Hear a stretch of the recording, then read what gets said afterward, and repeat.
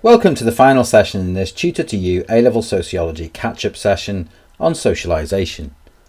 In this session we are going to look at applying some of our knowledge to exam skills. So in this session we'll look at some of the ways in which socialisation can be used to answer the 4 and 6 mark questions in education. We'll also look at how we can use socialisation in a 10 mark outline and explain family question. Finally, we're going to look at a 10 mark applying material from the item and analyse question from the education paper. So let's look at a quick 4 mark question on education. Outline 2 ways in which education reinforces gender roles. Now we can use socialisation here because the feminist view of education suggests that the purpose of education is to socialise males and females into their gender roles. What we have to do is explain why. On this type of question, there is 1 mark for identifying a way and a 2nd mark for explaining how that happens. So pause the video here and try and come up with 2 ways education reinforces gender roles.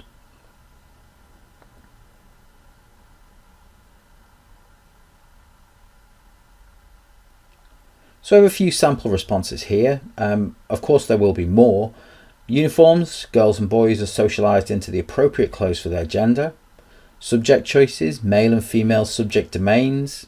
Punishments and sanctions, girls being punished for behaving in a masculine manner could even suggest that boys being ridiculed for showing feminine qualities. Teacher expectations, higher expectations of girls, expectations that they are polite, obedient, submissive. Negative expectations of boys that they are boisterous, that are reinforced by teachers' reactions to those behaviours. Let's look at another question. Now this is a 6 mark question, outline 3 ways in which school mirrors work. Quite a common question. Obviously this hints at the correspondence principle and socialisation into the long shadow of work. What I would suggest here is to make sure that you explicitly mention an activity in school and its counterpart in work. For example, dress code in work and uniforms in school. We'll pause here to let you have a go at this question.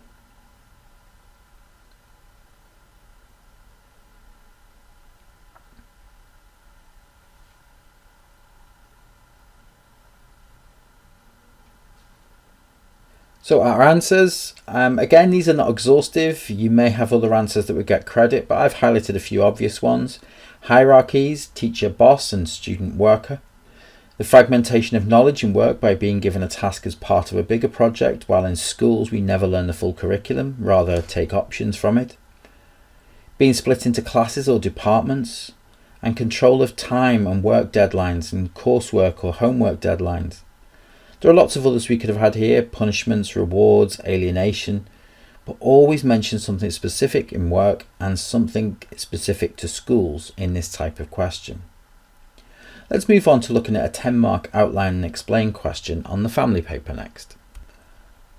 Outline and explain 2 ways in which social policy reinforces the functions of the family. With the outline and explain questions, they usually take 2 different points on the specification and try to make a connection between them. Often these will have not been taught together, and this question is making you look at the bigger picture in sociology and make connections between different aspects of social life. With this type of question, students often get the first part quite easily, but struggle to include the second. So in this instance, lots of students would identify social policies or impacts of social policies, but fail to say how they reinforce the functions of the family. A little trick in approaching these questions is to think backwards. So rather than think about the policies or the impacts of policies, start with the functions of the family. Doing this keeps you more focused on the question rather than thinking about policy in general. Now in this lesson we've looked at some of these, namely socialisation, primary and gender socialisation. We've also looked at how the family socialises into the norms and values of society. What we have to do now is to look for policies that reinforce these ideas. So, some policies that might reinforce these ideas. Making sure that children are socialised into a value and consensus. Well, we could put in policies that check children are being socialised into these norms and values. A good policy to use here would be safeguarding, and we could suggest that this is a form of policing the family, as suggested by Donzelot.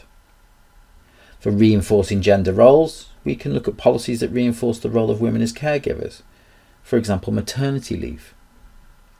And finally, we could look at policies that reinforce male gender roles, such as the creation of the Child Support Agency, which ensured that males were providing for their children even when they did not live with them. We're going to do an activity now looking at how to structure this response. I've written 2 model paragraphs for this question. The problem is that they're out of sequence. Your task is to rearrange the paragraphs into a logical order. Let's have a look at the first one. So we have 5 lines of a paragraph here. Each of those is numbered. I want you to place them in a logical order, writing down the correct sequence on your handout. If you want to pause here and read through the responses and place them in order, and we'll show you the right answer in a moment.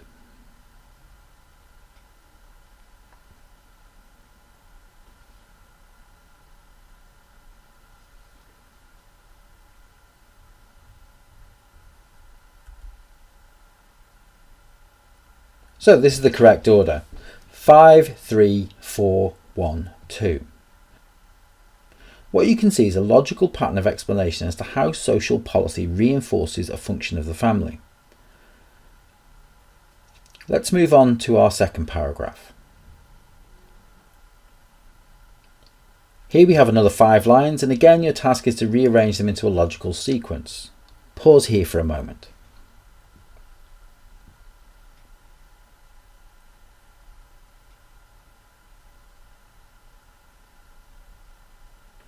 So the answer is 5, 4, 3, 2, 1. Again, there is a logical progression, and that response would be in the top band of 8 to 10.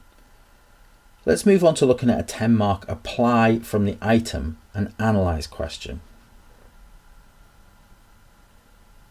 So here's an example question that I wrote. It's similar in style to an AQA question, but it's been created specifically for Tutor to You and it's not AQA material. Let's look at the question and the item. Item A. According to functionalists, education exists to prepare young people for their future roles by passing on norms, values and ideas that will allow them to fit in and become functioning members of society. Other theorists are critical of the education system, suggesting that it leads to pupils being taught the norms and values of dominant groups in society, rather than reflecting on the concerns of society as a whole. Applying material from item A, analyse 2 ways in which the education system prepares students for their future roles in society.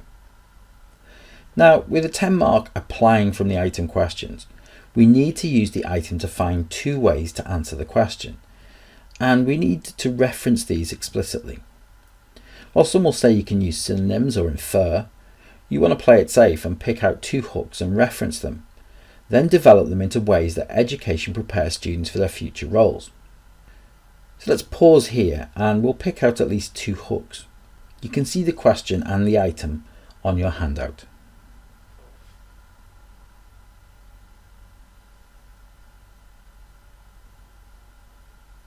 So here are 3 hooks that I've picked out: norms, values and ideas, functioning members of society, and norms and values of dominant groups. Let's develop those a bit. Norms, values and ideas, a big hint at socialisation here. Functioning members of society is a hint at value consensus, role allocation, meritocracy. It could even be developed into specialist skills. Norms and values of dominant groups. This is a big hint at Marxist or feminist views of being socialised into the ruling class or patriarchal norms. We're going to do another scrambled sentences activity now, looking at how to answer this question. As before, the responses are in your handout, and once again you'll need to place them in the correct order. There are 7 sentences this time. I want you to rearrange them into a logical order. Press pause and give yourself a little time to complete this.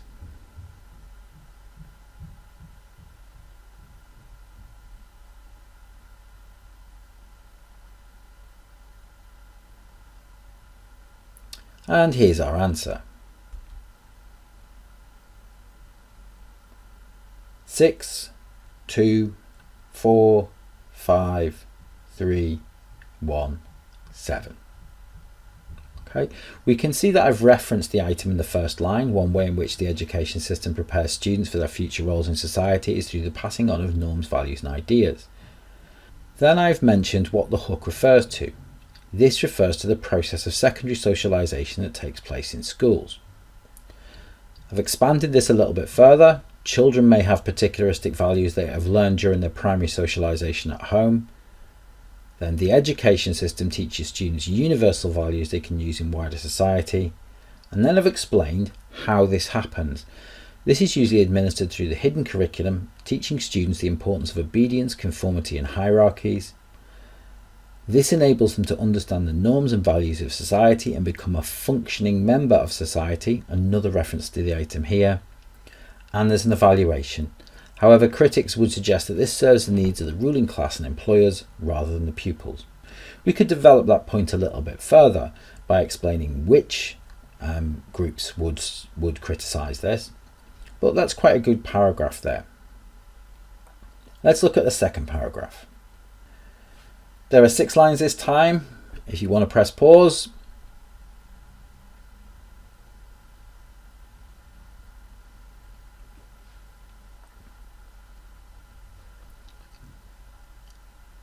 And here is the answer. 1, 3, 2, 6, 5, 4. Now you can see in both of these paragraphs I've explicitly referenced the item by putting it in quotation marks and writing item A in brackets afterwards. When practicing these type of questions, that's a good technique to make sure you don't forget to do that in exams. If you do not mention the hooks from the items, the maximum you can get on this question is 3 out of 10, and it will be a shame to be marked down for a simple error like that, especially if you've implicitly referred to them. That concludes this Tutor to You A-Level Sociology catch-up lesson on socialisation. I hope you enjoyed the session and have a better idea about how we can use the concept of socialisation across the specification now. Thanks for taking part.